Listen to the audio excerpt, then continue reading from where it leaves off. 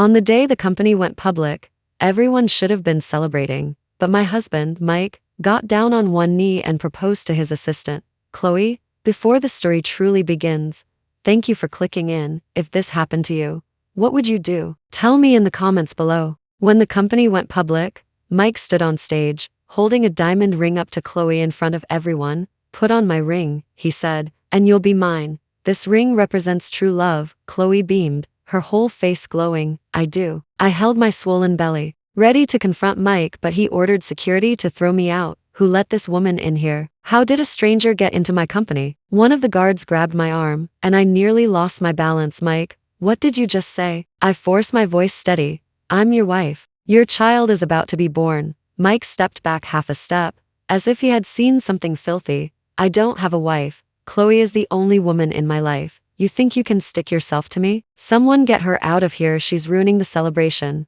Chloe hid behind him, pretending to be startled. Oh my gosh. Did she make up that pregnancy? Please take her away. She's scaring me. The security guards didn't listen to a word I said. They dragged me toward the exit. I held my belly tightly, protecting my child, unable to resist their pushing around me. Guests whispered, "Who's that crazy woman? Pregnant and still trying to crash a listing ceremony? Shameful. She's probably here to scam someone." They threw me outside the front doors. My knees hit the ground. Scraping open pain shot straight up my leg. Suddenly, a cup of ice water crashed against my back. Chloe, she had that victorious smile and leaned close enough for only me to hear. You really think he still wants you? A baby? Relax, he'll take care of it. You're useless now. A chill spread across my entire body, but my heart burned. I pushed myself up against the wall and glared at her. Chloe, you too will regret this. I lay on the cold tiles outside the building, the bright white lights above making my vision blur. The moment I tried to push myself up, a sharp, tearing pain shot through my abdomen as if someone had grabbed my insides and was ripping them apart. No, not now. I leaned against the wall, cold sweat dripping down my neck. Another wave of pain hit, so strong my legs nearly buckled beneath me. Guests walked past, avoiding me like I carried a plague. She's really overacting. Some women will do anything for attention. Just move her aside. She's blocking the way. Not a single person stopped. Not even one look of sympathy. My hands trembled as I dug out my phone. I could barely press the buttons. I dialed emergency services, but before I could finish speaking, a car horn blared at me. A driver stuck his head out the window and yelled, "Don't play the victim in the middle of the road. Move." I bent over in pain, lifting my hand weakly. "Sir, please, take me to the hospital. I'm about to give birth." He rolled his eyes. "Get in, but if you mess up my car, I'm charging extra." I didn't have the strength to argue. I climbed into the back seat, curling around my belly as each contraction hit harder than the last. Suddenly, the driver slammed the brakes. I was thrown forward, hitting the back of the front seat, sending a fresh wave of pain through me. What happened?" I whispered. "There's a car broken down ahead." The driver said impatiently, "We're stuck." "Hey, don't pass out if you faint. It's not my problem." I clung to consciousness, nails digging into my palm. Everything around me felt distant, blurry. Then someone knocked on the window. "Miss, your condition isn't good." A calm, steady male voice. The door opened. A man with sharp, serious features crouched beside me, assessing me quickly. "You're in the final stages of labor," he said firmly. "You need to be taken to a hospital right now. Driver, she's in danger if you delay even one more minute." The driver stammered, Who are you?" The man pulled out an ID. "Emergency Medical Association volunteer physician." His voice broke no argument. Before I knew it, he was lifting me out of the car steady, strong, unwavering as if I weighed nothing at all. The night wind was cold, but in his arms for the first time, I didn't feel abandoned. I wanted to say thank you, but before everything went dark, I only managed to whisper, "My baby, please save my baby." The glaring lights above me felt like they were pressing down as the man carried me into the hospital. "Emergency delivery. She's in late-stage labor, critical condition." His tone was steady, but the tension underneath was unmistakable. Nurses rushed over with a gurney.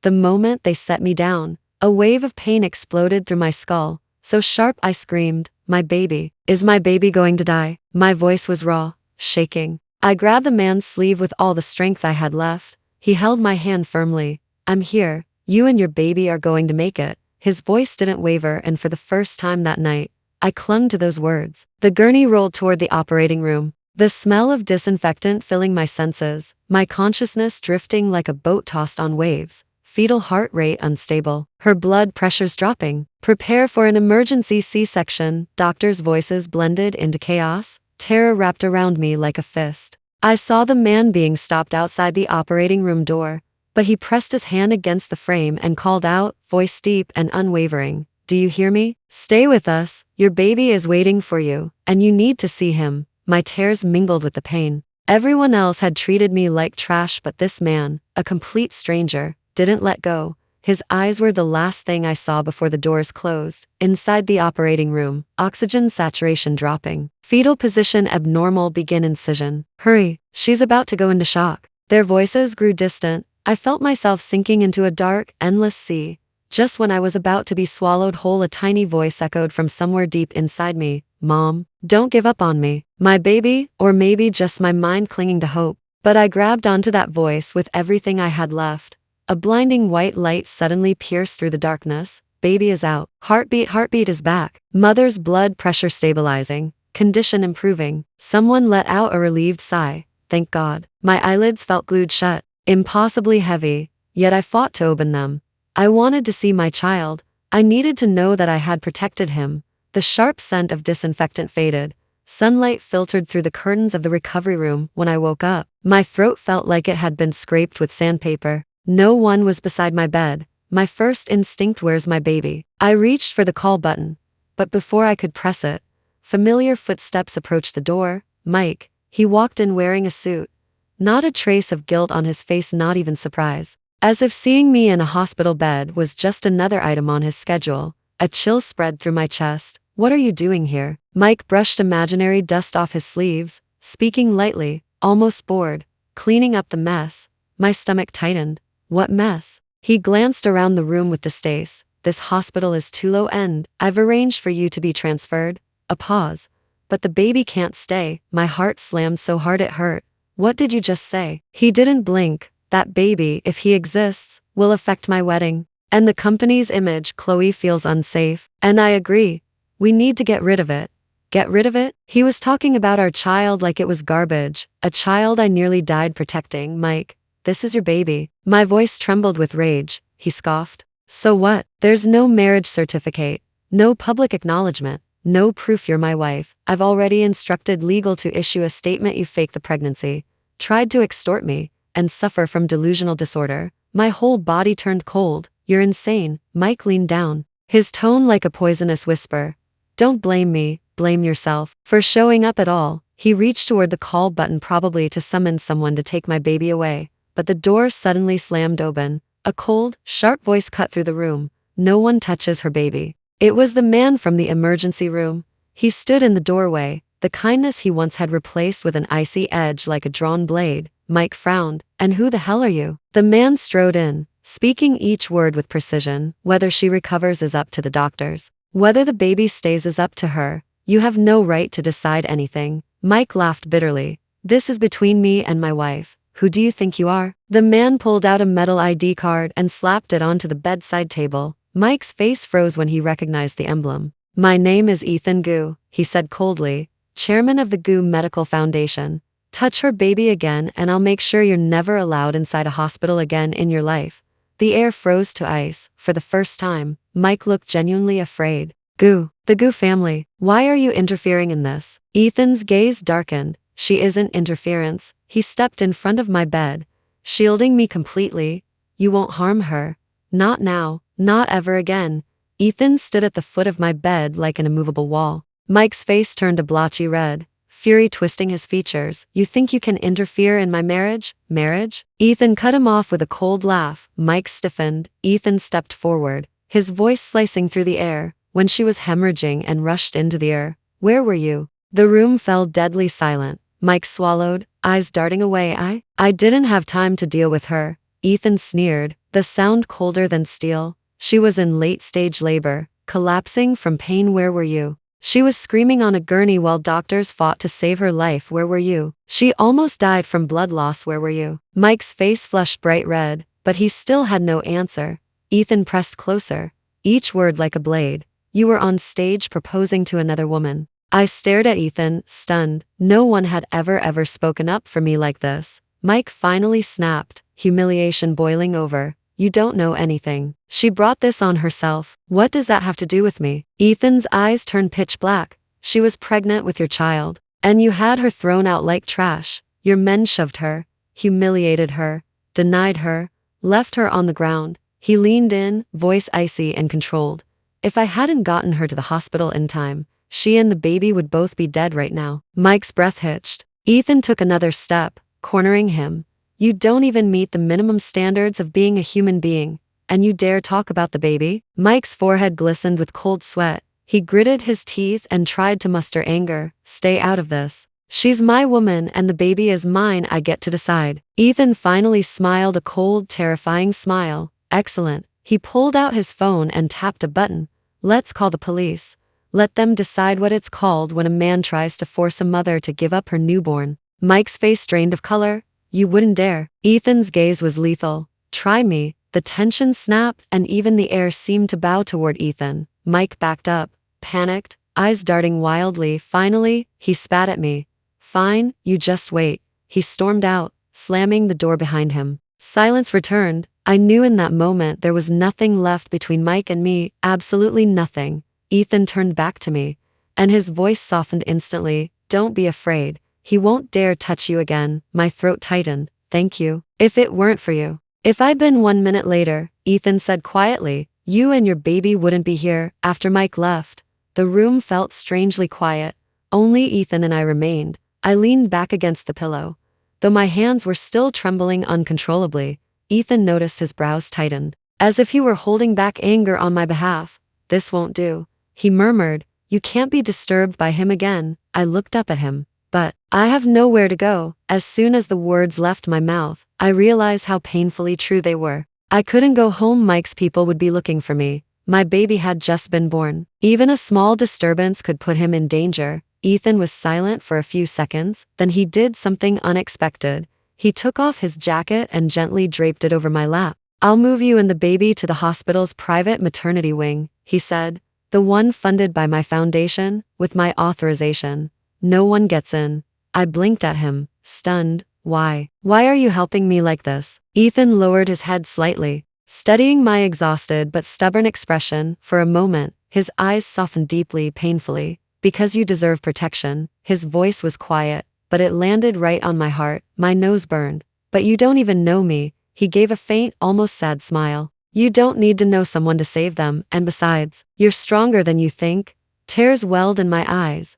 But before I could say anything more, he spoke again. But there's one thing you need to promise me. I froze. What is it? No matter what happens next, Ethan said, looking straight into my eyes. Don't face it alone. As long as I'm here, you don't have to. I was stunned. Those words. They tore open every scar I had been forced to hide. I nodded slowly. Ethan exhaled in relief and pressed a button on the intercom. Prepare the transfer. Increase security. A minute later, 2 nurses and a security officer entered the room, treating me with exceptional caution and respect. Mr. Gu, everything is ready. Ethan turned to me and extended his hand. Let's go. I'll take you there. They rolled my bed down a sealed corridor toward what I thought was just a quieter room. But when the door opened, I realized I had been wrong. This wasn't a room. It was an entirely different world. A silent, private floor, sterile, secure hallways. A fully staffed medical team on standby. Everything was immaculate, discreet, safe. Before I could take it all in, they moved me onto a new bed. Ethan nodded to the head physician. Start the evaluation. I stiffened. I already delivered the baby. Why are there more tests? The doctor adjusted his glasses, expression serious. Mr. Gu is worried about post-delivery complications. We need to run a full assessment. I barely had time to process his words before a wave of dizziness slammed into me. My vision went black for a moment. Ethan's expression shifted instantly. Her complexion is wrong. The doctor hurried over. She lost a lot of blood and hasn't stabilized yet. Draw blood. Run an abdominal ultrasound. Check uterine contraction move. Nurses rushed into action. My head felt heavy, like waterlogged cotton. My limbs were weak. Even lifting a hand was exhausting. Is it serious? I whispered. No one answered immediately. 10 minutes later, The doctor finally spoke and his tone was grim. Her condition is far worse than we expected. My heart clenched. What does that mean? The doctor glanced at Ethan, then at me. You were already on the verge of shock on the way here. You lost too much blood during delivery. Your uterus isn't healing well, and there are signs of mild infection. I stared at him, stunned, but I didn't feel. Postpartum pain can mask everything. He said, but your vitals are unstable. If you hadn't been transferred here in time, another few hours and you would have gone into secondary hemorrhage, a life-threatening one. My blood turned to ice. My fingers shook. Ethan's voice cut through the fear. Can it be treated? Yes, the doctor said, but treatment must begin immediately. Anti-infection meds, for fluids, strict monitoring, and she must absolutely avoid emotional agitation, or her bleeding could worsen. Then he hesitated, adding, in this state, she cannot visit the nursery. That sentence stabbed straight through me. I tried to sit up. No, my baby just arrived. I need to see him. Ethan pressed my shoulder down gently but firmly. His tone wasn't commanding, it was gentle, almost pleading. You can't even stand right now. If you go, you'll only put yourself in danger. My eyes burned. But he's so small. I'm afraid. Something in Ethan's expression cracked a flash of pain, sympathy, something deeper. He knelt beside my bed until we were eye to eye, his voice the softest I had ever heard. He's safe. He's in the best neonatal unit in the building. And he reached out and held my hand, warm and steady. If you collapse, he really will have no one. Tears welled up instantly. No one had ever spoken to me like that. No one had ever placed me at the center of their concern. I bit my lip and nodded. I'll cooperate. Ethan finally relaxed, giving the doctor a small nod. The doctor left to arrange treatment, and nurses set up my IV. Ethan remained at my bedside, not moving an inch, and only then did I truly understand. My body was far more fragile than I ever allowed myself to admit. For the first time in my life, I realized I couldn't keep living by just endure it. This time I had to survive. For myself, for my child. The 4-drip flowed steadily into my vein, making me drowsy. Nurses moved quietly around the room, monitoring the machines. Ethan stayed nearby the entire time, standing close enough that I could feel his presence, but not so close as to overwhelm. After my vitals stabilized, the head doctor came in briefly. She needs at least an hour of absolute rest, he instructed. No stress, no stimulation. Then he left, and the room became still. It was just Ethan and me. I stared at the ceiling, my chest tightening again. Ethan, how's my baby? He looked at me for a few seconds, as if weighing something. Finally, he said softly, give me a minute. I blinked. You're leaving? I'll be right back, he said, and walked out before I could ask anything else. The room stayed silent for 10 long minutes, alone with my thoughts. The post-birth emptiness crashed down over me. Fear, helplessness, loss. I almost couldn't hold back tears. Then the door opened gently. Ethan walked back and holding his phone. The screen was turned away from me. He came to my bedside and handed it over. For you, with trembling fingers. I took it. The screen lit up. My baby, a photo. A tiny infant in a warm incubator, eyes shut tight, his small pink fist curled beside his cheek, surrounded by machines. Yet peaceful, so impossibly small, so impossibly precious. My hand flew up to cover my mouth as tears fell uncontrollably. That's my baby. Ethan pulled a chair closer and sat beside me. Yes, that's your little one. The nurses say he cries loudly, strong lungs for a preemie. I sobbed harder. How did you get in there? He answered calmly. I spoke with the lead neonatologist. He didn't need to explain his status, his authority. He used all of it for me, without hesitation. I stared at the photo, crying silently. I thought I might never see him. You will, Ethan said firmly.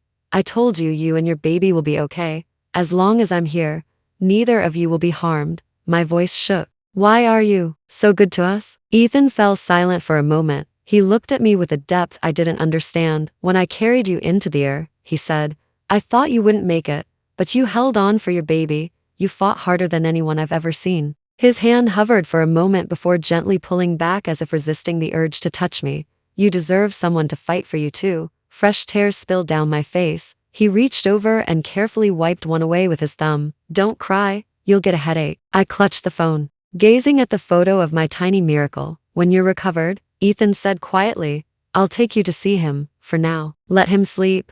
I nodded weakly, For the first time since everything collapsed, someone was holding the weight of the world with me. But that fragile peace didn't last long. Barely 10 minutes passed before hurried footsteps echoed outside the room. Then shouts, "Move." I said, "Let me in." My blood ran cold. Mike. Ethan's expression instantly hardened. How did he find this floor? A nurse rushed up, panicked. Someone leaked the room number. He forced his way to the elevator. Before she could finish, the door slammed open. Mike stumbled in, fury distorting his face. "You really hid her here." His eyes were wild as they flicked from Ethan to me. "You think you can keep her from me? Who the hell do you think you are?" Ethan stepped forward, blocking his view of me entirely. "This area is restricted. You're trespassing." Mike lunged, grabbing Ethan's collar completely unhinged. "She's my wife. My baby. I have every right." I couldn't stop myself. "Mike, I am not your wife." His head snapped toward me, eyes darkening. "Shut up." A shiver ran down my spine. Ethan's patience finally broke. He twisted Mike's wrist off his collar with one brutal motion. "She is not your wife," he said coldly. "And you lost all rights the moment you left her bleeding on the street." Mike roared, "Mind your own business." Ethan pulled out his phone. "This is my business. And I'm calling security." "You wouldn't, already did." Alarms blared in the hallway. Security stormed in, pinning Mike to the floor as he thrashed violently. "You can't do this to me. I'm Mike Connor. I'll sue you all." Ethan stood calmly to the side. "I don't care who you are. You won't harm her again." Mike was dragged away, still screaming threats. When the door finally shut, the room fell silent. I sagged against the pillows, trembling. He won't let this go." Ethan returned to my bedside, his voice gentler than ever. "As long as you're on this floor," he said, "he won't touch even a strand of your hair." I looked into his steady, unwavering eyes. For the first time in a long time, I truly felt safe. After Mike was dragged away for the second time, the entire floor tightened its security. Even so, my heart wouldn't calm. Ethan placed his jacket back on the chair and spoke softly. "He won't get near you again, not here." I nodded, though fear still twisted inside me. But before long, the hallway outside erupted again, sharp, rapid clicks of high heels hitting the floor, followed by a shrill shout. "Mike. Where's Mike?" Chloe, her makeup was smeared, eyes swollen like she had been crying hysterically. The security room door slammed open as she forced her way inside. "How could you do this to him?" she cried, seeing Mike disheveled and pinned down. "What gives you the right?" Mike muttered angrily. "It's him. Ethan Gu. He's the one who—" Chloe spun around and stormed toward my room. Ethan was just about to step out to check on the commotion when the door flew open, nearly hitting him. Chloe stood there, chest heaving, her expression twisted in outrage. "Mr. Gu, you're a rising star in the business world. I respect that. But now you're meddling in issues that have nothing to do with you." Her eyes darted toward me, full of venom. "She ruined my wedding. She destroyed my happiness. Why are you protecting a woman like her?" Her words slashed through the room. My heart jolted painfully. Ethan's expression went ice cold. "First, she is not the mistress. Second, your so-called marriage doesn't exist legally." Chloe's face twisted, her chest rising and falling rapidly. "Mike told me everything. That baby she's carrying." "Enough." Ethan's voice cracked like thunder. Chloe staggered back a step, shocked. Ethan stepped forward, towering over her. "You and Mike broke hospital protocol, endangered a patient, and assisted in an attempted breach of a restricted zone. That is a crime." His voice dropped, cold enough to freeze her where she stood. "Leave now, or I will personally make sure you both face the consequences." Chloe stared at him, stunned. You'd really do this? For her?" Ethan didn't blink. "Not for her, for a life." Chloe's face crumbled. She turned to me with pure hatred, a hatred so raw it made my stomach knot. "You think just because someone is protecting you, you've won? Just wait.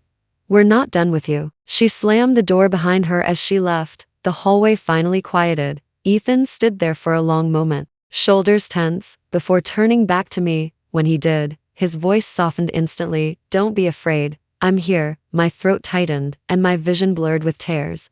Not long after Chloe left, the hospital director himself hurried to my room, face full of apology. "Mr. Gu, we are deeply sorry for what happened today. But with 2 security breaches in one afternoon, the administration has decided we must activate an emergency protocol. We need to transfer the patient." The word transfer made my heart seize. I can't move again," I whispered. "What if something happens to my baby?" "Don't worry." The director looked at Ethan, clearly aware who held real authority here. Ethan spoke before the director could continue. I have a better solution. The director blinked. You mean? Ethan turned toward me, his voice calm and unshakable. I'll move you to my private medical floor. It's completely sealed. No one, not Mike, not Chloe, not anyone will be able to come within 10 feet of you. I stared at him, stunned. Why your private floor? He nodded slowly. As long as you're there, he said. I guarantee no one will ever hurt you or your baby again. My throat tightened with emotion I didn't know how to contain. Within minutes, the hospital initiated its highest level transfer protocol. A dedicated elevator was cleared, hallways locked down, security guarding every exit. They rolled me into a silver-white private elevator. For the first time that day, my breathing eased. This elevator felt like it was lifting me out of danger and into something safer, something new. The elevator rose. 5th floor, 10th floor, 28th floor, finally the top floor. When the doors slid open, I was speechless. It didn't look like a hospital. It felt like a luxury penthouse, soft lighting, warm wood panels, a subtle scent of cedar in the air, no harsh beeping machines, only state-of-the-art, silent medical equipment. Ethan walked beside my bed. From now on, he said quietly, all you need to do is rest. I looked up at him, emotions knotting in my chest. Ethan, why are you helping me like this? He paused just a second, but long enough for me to see something flicker in his eyes. Then he spoke with quiet conviction. Because you deserve to be helped, because you need someone to stand with you right now, and because I refuse to let anyone crush you again. My nose stung, tears threatening to fall. Ethan gently adjusted my pillow and helped settle me into the new bed. Rest. His voice softened. No one can reach you here. For the first time in a long time, I closed my eyes and felt something like safety. Late that night, the entire top floor lay in complete silence. I had barely slept an hour when the room was plunged into darkness. A second later, dim emergency lights flickered on, casting everything in a cold, ghostly glow. A nurse rushed in, panicked. Mr. Gu. The top floor's power was cut. Someone tampered with the main system. Ethan stepped out of the adjoining room instantly, his expression turning dangerously sharp. Lock down the elevators and every stairwell. The nurse's face turned pale. The elevators already shut off, and the stairwell card reader was forced open. The air froze. A chill crawled up my spine as someone came in again. Ethan moved to my bedside, raising the guardrail and activating the emergency lock. His tone was cold as steel. Don't worry, I'm here. He pressed his fingerprint on the room's security panel. When this door locks, no one gets in without my authorization. I grabbed his hand weakly. Where are you going? For the first time, Ethan took my hand fully, his grip firm and reassuring. I'll be right outside the door. His voice was low, unwavering. I won't let anyone reach you.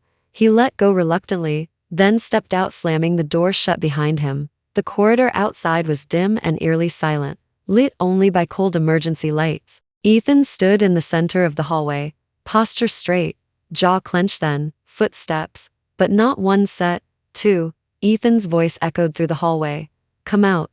Two shadows emerged from the stairwell. Mike was one of them. His eyes were bloodshot, twisted with hatred and desperation. You think you can hide her up here forever? Beside him was a man in black, masked, muscular, clearly trained. Ethan's voice dropped to lethal calm. You do realize you're committing a felony the moment you stepped onto this floor, right? Mike laughed, a broken, manic sound. Felony? That kid she had isn't even mine. Why shouldn't I come take what belongs to me? Ethan's eyes darkened. You don't get to take anything. You lost that right long ago. Mike's expression snapped, rage tearing through whatever sanity he had left. I'm leaving with her tonight. The masked man lunged at Ethan fast. Ethan sidestepped the first blow, grabbed the attacker's wrist, and twisted sharply. A sharp crack echoed down the hallway. The man dropped to one knee with a muffled groan, but he was trained, even injured. He charged again. Mike screamed, voice cracking, stop him, drag her out. Ethan's expression turned murderous. He delivered a brutal elbow strike to the attacker's ribs. The man collapsed, gasping. Mike stumbled backward, terrified. You laid your hands on my people? Ethan advanced, step by step, unreadable and cold. You bring thugs onto a hospital's top floor and expect mercy? Mike fumbled in his pocket and pulled out a small electric stun baton, pointing it wildly. Don't test me. I'll take her. I'll take her right now. She belongs to me. Ethan's eyes sharpened to a razor's edge. No, he said quietly. She doesn't. Inside the locked room, I heard every crash, every grunt, every shout. My chest tightened painfully.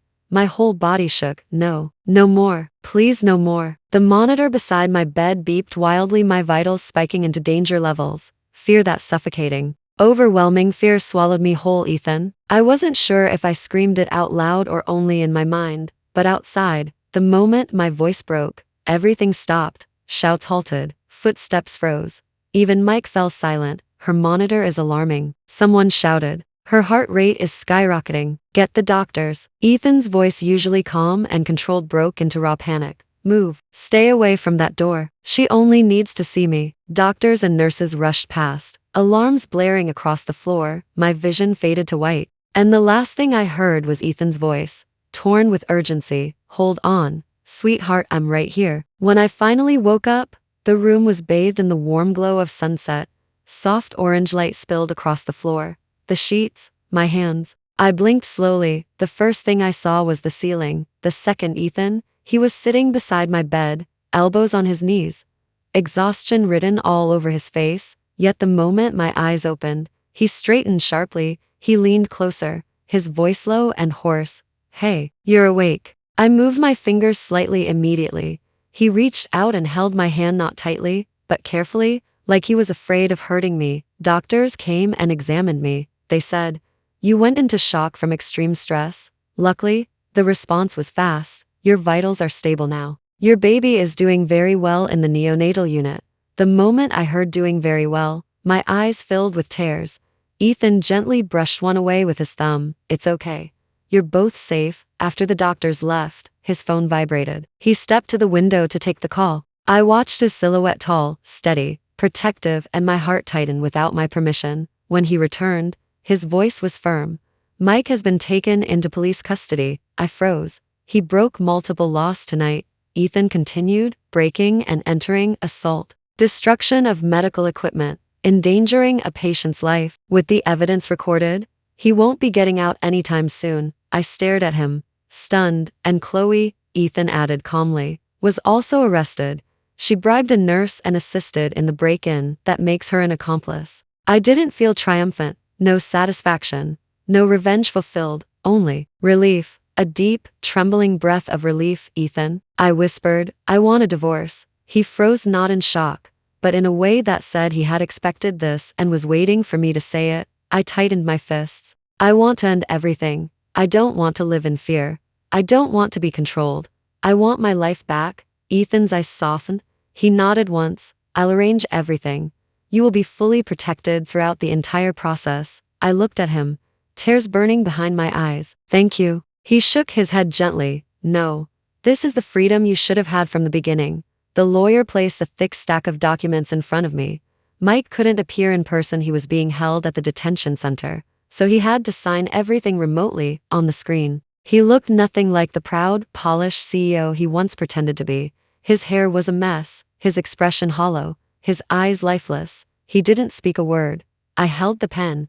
My fingers trembled, but for the first time in years, not from fear. With a steady breath, I signed my name. A breeze drifted in from the window behind me. It felt like it carried every piece of the past away with it, the pain, the humiliation, the terror. When the last page was stamped and finalized, something inside me clicked back into place. Ethan stood beside me the entire time. He didn't touch me, didn't rush me, didn't coax or push. He simply stayed solid as a wall, quiet as a heartbeat. When we walked out of the building, he stayed one step behind, as if he were shielding me from everything behind us. The city lights shimmered softly as night fell. Ethan finally spoke. What do you want to do next? I tightened my hold on the small blanket wrapped in my arms, the one that had belonged to my newborn. I want to start over, I said softly, not as someone's possession, not as someone's shadow, not as someone people can throw away. Ethan nodded, his voice low. I'll support whatever you choose. I looked at him, really looked. This man had held me when I was drowning, fought for me when I was helpless, protected me when I had no strength left, and for the first time, I let myself smile. A real one, if you're willing. I said quietly, I hope you'll stay in my life. Ethan's eyes flickered like a storm settling into calm. A subtle emotion washed over his face, controlled yet deep. He stepped closer, his tone soft but certain. I've been here from the beginning, he said. And I'll be here for as long as you'll have me. The street light above us glowed warm and gentle. Shadows overlapped beneath our feet. My past no longer chained me. My future was no longer something to fear. I held my child's blanket closer, my small, fragile future, and held myself even tighter. My name is Emily, and today, I begin again. A life no longer bound by pain. A life where I protect myself. A life where no one has the power to break me anymore. Thank you for finishing today's story. Please share your thoughts in the comments section. If you enjoyed the story, remember to like and subscribe to my channel. There are more amazing stories waiting for you to experience with me. See you tomorrow.